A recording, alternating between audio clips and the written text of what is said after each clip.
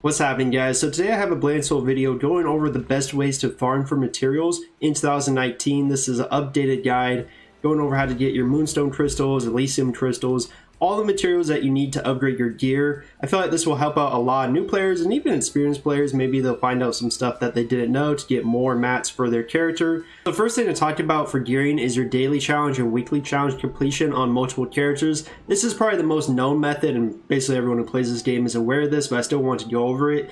Doing the daily challenge on multiple characters is a really key way to gearing up your character, because everything in Blade Soul is kind of focused around a daily quest or a weekly quest or something that gives rewards every single day. You can only do it once per day.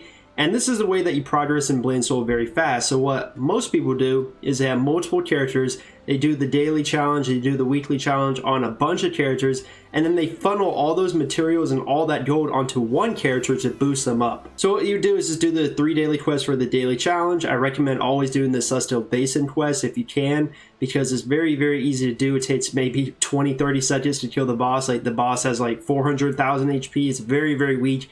Everyone can do it, even on low geared old characters. So that's already one quest down. You only have 2 more to go. Then you just pick, honestly, the easiest ones for me. It's like Outlaw Island, Heaven's Mandate. You could do Iron Tech Forge for a low geared character. Obviously, these change every single day, which ones are in the daily challenge, but you get the idea that it's not that hard to get the daily challenge done. For me, it takes roughly around maybe 10 minutes or less. And some of the benefits of doing the daily challenge is you'll get a chest that has all the materials that we're talking about in this video. Also, I have a chest that gives you guaranteed 5 gold. Solar energy, you can use those to buy badges for your characters, which is really good, the soul badges.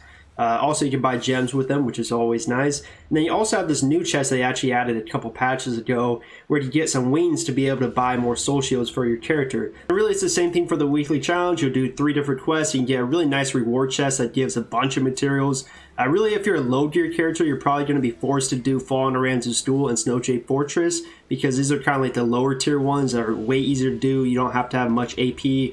Most people are going to require you to have a ton of AP to do like Titan Chamber, because these are the new ones. They always want like Aranzu Sids or something, which you really don't need, but everyone's going to ask for that. Next up, we have Midnight's Capital Plains. Now, MSP is probably the best place to farm in the game for materials, just because this area gives so many mats from the chest. You'll see right here, this is just an example of some of the chests you can get. This is one from level 4. Gives you a chance for Evolve Stones, a bunch of materials like Sacred Orbs, Elysium Orbs. Stage 5, same thing. And this is a great way to farm, because you can just do this over and over on the weekend and get a bunch of materials. I remember one weekend I went really hard, like Saturday and Sunday, and I had around like 300 Sacred Orbs when I finished, and like 30 Evolve Stones, like a crazy amount of materials. And if getting all those materials are not enough for you, you also have this vendor here that gives you a bunch of great items you can purchase. For example, I farm this area like crazy, not only for the materials, but also for the Grand Celestial Steel. And I use that to be able to get to Grand Celestial Stage 9. If I didn't have this place, it would have taken me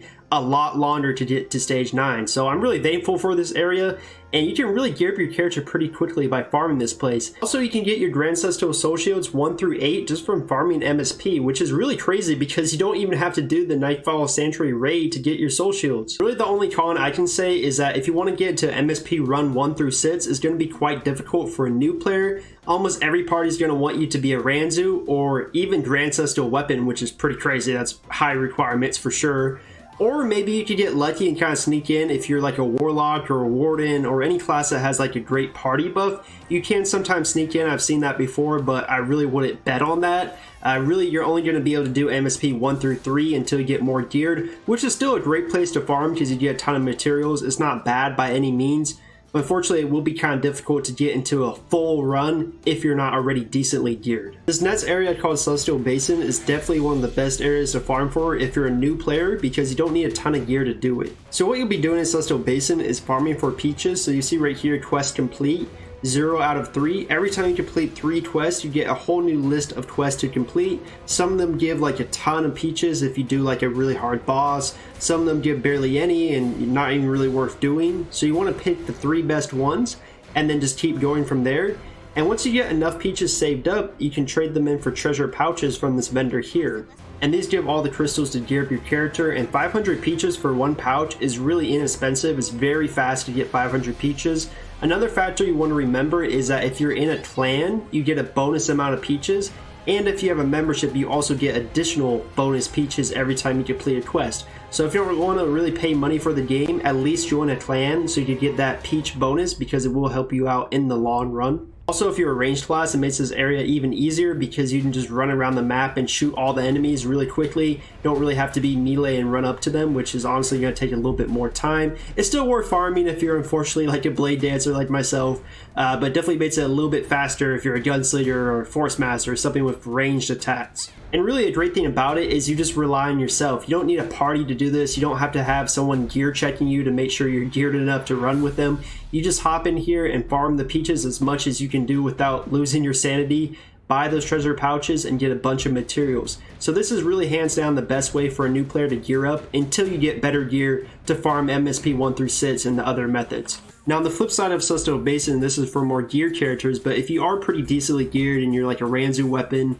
you can farm Brute Chamber multis. Now what this gives is, one, the new glove, which is called Skyreach glove, which is really important for all classes. Also, for every single run, if you're doing normal mode, you would get at least 1 blue scale, or maybe 2 if you're lucky, from the loot table of the final boss, and everyone bids around at least 20 to 30 gold from this. So one party I did a multi-run for like 20 runs, and every time the guy would bid at least 30 gold for the blue scale. So I was getting around like 5 gold off that every single time for free, which was really cool. Also, every single run that you complete, you get 2 promise chests guaranteed, which give sacred orbs, Elysium orbs, all the crystals that you would want. So really, if you have a decent amount of gearing, this is probably one of the best places to farm dungeon-wise to get a bunch of materials, gold, and even a chance at the gloves if you need them. The last way to get materials is something I left for the end of the video, mainly because this is for the PvP rewards, and honestly most players are not going to be able to benefit off this that much, because you either need a high skill cap or you're going to need a high gearing to be able to get a lot of materials. For example, the Sisyphus Battlegrounds gives these chests that give a bunch of moonstones and moonstone crystals.